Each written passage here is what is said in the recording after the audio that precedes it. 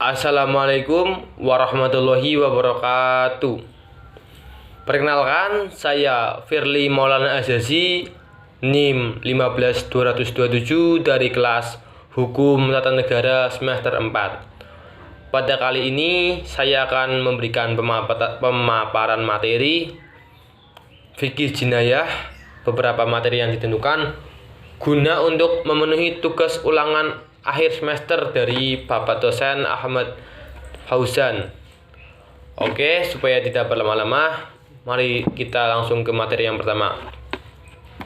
Adalah hudud. Hudud sendiri dapat diartikan sebagai memisahkan atau menggolongkan sesuatu agar tidak tercampur dengan sesuatu yang lain. Hudud sendiri dapat dipahami sebagai sanksi-sanksi, norma-norma atau hukum-hukum, aturan-aturan dari Al-Quran, dari firman Allah Subhanahu wa Ta'ala.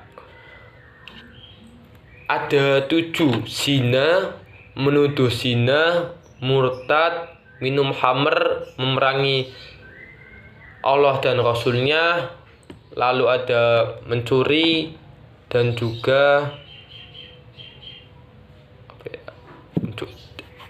memerangi pemerintahan yang sah. Untuk hudud sendiri banyak hukuman-hukumannya ya. Misalkan zina bagi yang sudah menikah maka adalah dirajam. Lalu untuk yang belum menikah itu didera 100 kali. Dan seperti menuduh zina dan lantas tidak dapat membuktikannya akan dihukum 80 kali dera. Mungkin untuk materi dari hudud sedikitnya itu saja yang dapat saya sampaikan. Selanjutnya kita akan membahas tentang materi takzir. Takzir sendiri dapat diartikan sebagai hukuman yang bersifat mendidik.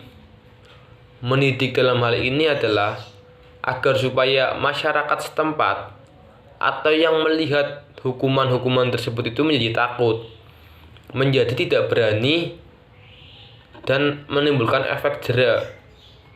Tidak akan ada lagi yang ingin mengulangi perbuatan-perbuatan yang sama karena melihat hukumannya, misalkan takut, seperti dirajam, dicambuk, dan lain-lain. Adapun yang termasuk takzir, contohnya adalah seperti saksi palsu, mengurangi timbangan, menipu, dan lain-lain. Lalu untuk materi selanjutnya adalah diat dan kisos. Seperti yang kita ketahui bahwa secara bahasa kisos adalah setimpal atau pembalasan. Dapat kita contohkan seperti apabila ada seseorang yang membunuh, maka pelaku ini dikisos. Berarti pelaku ini harus juga dibunuh.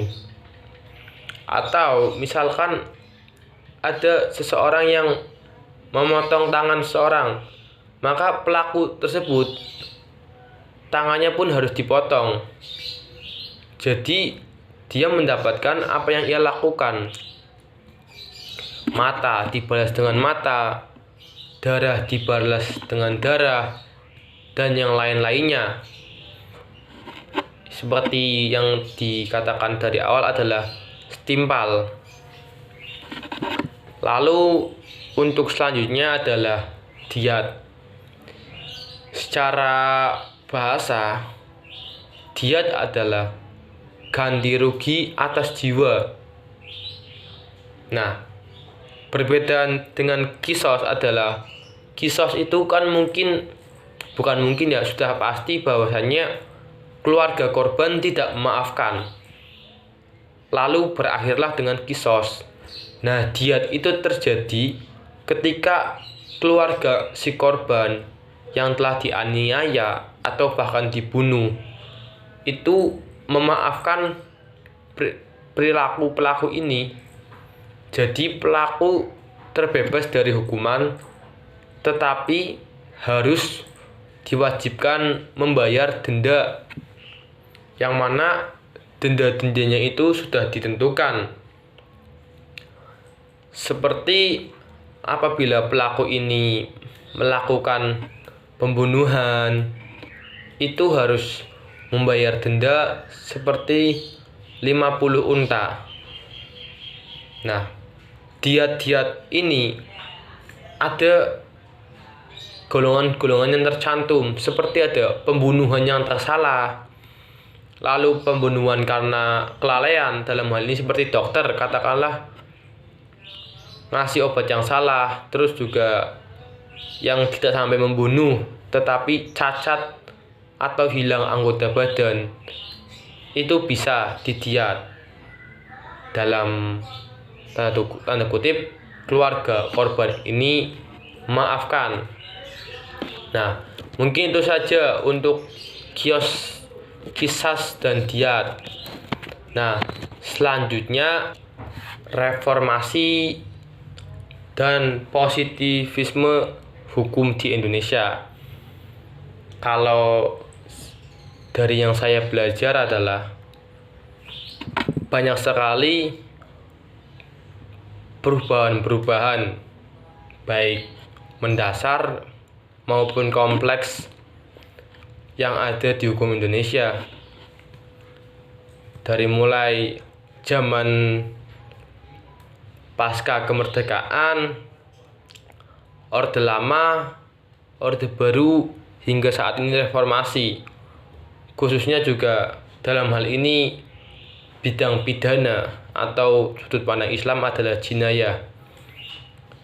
Banyak pasal-pasal yang sedikitnya itu disesuaikan menggunakan hukum-hukum jinayah Islam, walaupun tidak semuanya dan tidak seutuhnya, karena kembali lagi negara kita adalah negara yang menghormati agama, negara yang mempercayai agama dan bukan negara agama. Seperti dari awal tadi ada jarimah takzir, itu sudah lama dan banyak diimplementasikan di dalam reformasi dan birokrasi hukum-hukum Indonesia. Sudah sangat banyak contohnya, seperti mungkin kalau di hukum Indonesia sendiri, pelaku perzinahan hanya dapat dilaporkan oleh istri resmi atau sah. Dalam kata lain, kalau masih sama-sama lajang dan juga sama suka, belum. Tapi sudah banyak pasal-pasal yang mengarah ke situ. Belum lagi tentang larangan-larangan meminum khamr dalam minuman keras dalam hukum kita. Itu pun sudah jelas mengadopsi dari hukum-hukum syariah, dari Al-Quran dan hadis, dan seperti hukum-hukum lain, hukum-hukum pelarangan monopoli dan sebagainya. Menurut saya adalah tindakan-tindakan positif yang dilakukan oleh pakar-pakar hukum Indonesia dan juga dalam hal ini pemerintah dalam menggali sumber-sumber hukum dan menciptakan hukum-hukum agar terciptanya masyarakat yang sejahtera, damai, aman, dan sentosa. Mungkin itu saja materi-materi yang dapat saya paparkan pada kesempatan kali ini. Apabila ada kesalahan-kesalahan kata, kesalahan materi, dan tentu banyak sekali kekurangan dari saya, dari materi hudud, materi takzir, materi qiyas dan reformasi serta positivisme ini, karena saya juga masih sama-sama belajar, saya meminta mohon maaf.